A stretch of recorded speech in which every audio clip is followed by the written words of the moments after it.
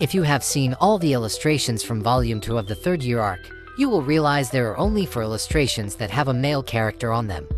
While it's not something new in this series, this new volume still hits different, because from the way the illustrations were drawn, this light novel starts to look like a dating sim game or visual novel, where the cute girls were drawn as if they are looking at you right in the eyes.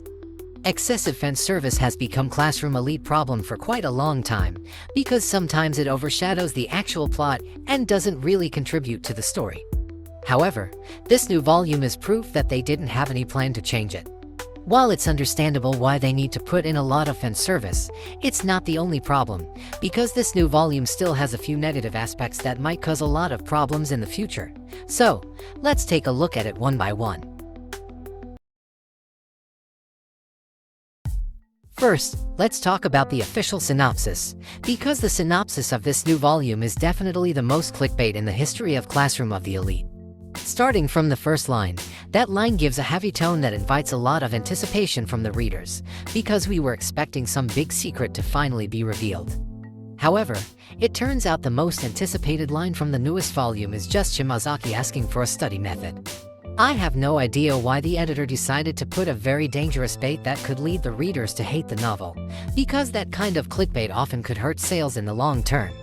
When I first read that part, I still had hope that there was still a big reveal waiting at the end of the volume, but the thing we got are just more and more mysteries. That kind of clickbait feels like a crime, so it will be better if that line does not exist at all. However, that line is not the only problem. There are a few parts of synopsis that don't represent the content of the novel quite well. For example, the synopsis said Horikita's class are unable to unite, while in truth it's only Koenji who still refuse to unite. The synopsis also said that they lash out their frustration toward Chabashira, while in truth it cannot even be called a lash out. These lines from the synopsis are most likely a rage bait for the readers who want Horikita's class students to suffer, and the next line is also a bait for Horikita fans to make them believe Horikita actually does something big in this new volume. The next line said Horikita isn't tackling the problem regarding class and student council alone, but with the help of Kushida, Ibuki, and Karuizawa. Once again, it's not exactly true, because what they are talking about is mostly about Ayanokoji. Horikita didn't ask for anyone's help in her student council work, and it was Sudo who helped her to confront Koenji to cooperate in the exam. I don't know why the synopsis has become like this, but the clickbait clearly doesn't work, because according to the Oricon Light Novel ranking, this volume has sold around 71,000 copies in its third week, which is slightly lower than the previous volume. This series already has a lot of fan service as the bait, so I hope this kind of synopsis will not be used again. Another problem that I realize with this new volume is how the third year arc feels so slow if we compare it with the second year arc. It's not like it's a bad thing, but we somehow keep repeating the same thing again and again without any actual progress. Horikita's development, Ichinose's class revolution, or the whole romance that probably will never go anywhere. While it's true we got more content and mystery, we didn't get any progress or any hint that it will be solved in the near future, so everything is just stacked up waiting to be resolved. If we compare it with the second year arc, Volume 2 gave us a really good build-up for the uninhabited island exam, and we know a lot of conflict will clash in that exam, so we have a reason to keep following the story. However, Volume 2 of the third year arc didn't give us something like that, so there is no reason to be excited for the next volume. The pacing is not the only problem. The third year arc also doesn't have the same impact that we got from the second year. In the second year arc, we got Tsukishiro and the White Room student who will attack Ayanokoji from every single direction, so we keep wondering where and when they will make their move. However, there is no one left in the third year who actually possess some kind of threat for Ayanokoji.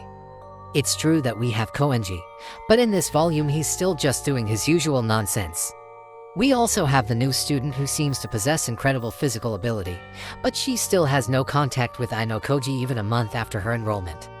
They don't seem to be interested in Ayanokoji, so Ayanokoji only has Horikita and the others to play with, and we know that they still don't have any hope to defeat Ayanokoji. So once again, there is nothing to anticipate from the next volume. For a note, we still have another 12 or 13 volumes before graduation, so slowly building the mysteries and not handling them hastily is indeed sounds like a good idea. However, stacking up too many mysteries and keep delaying the progress of the story could result in the story becoming too long but filled with forgettable events. Or even worse, some potential conflict could end up just like Nagumo, who was overshadowed by Ichino-san and suddenly got his conclusion in a very unsatisfying way. Speaking of Nagumo, we still didn't get any answer about what happened with his regime and all the private points he had collected, and that is another reason to be disappointed in this new volume.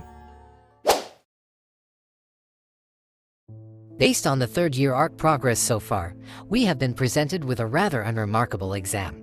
There is no knife, and there is no conspiracy, and that alone already made the third-year arc fall behind the second-year arc.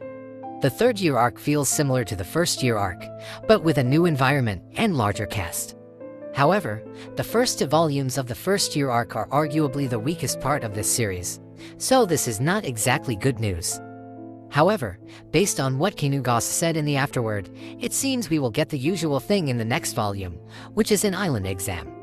Once again, this is similar to the first-year arc because the island exam happened without warning or preparation, and it seems the next island exam will only focus on the third-year student, so once again the impact feels lackluster compared to the second-year arc.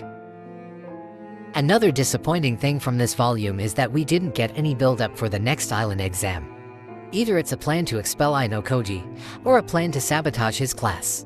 It's true that Ayanokoji and Ryuen have seen that the big exam will come, but that was all we got so far. No tension and no drama that would clash in the future, and that's probably why this new volume somewhat feels boring to read.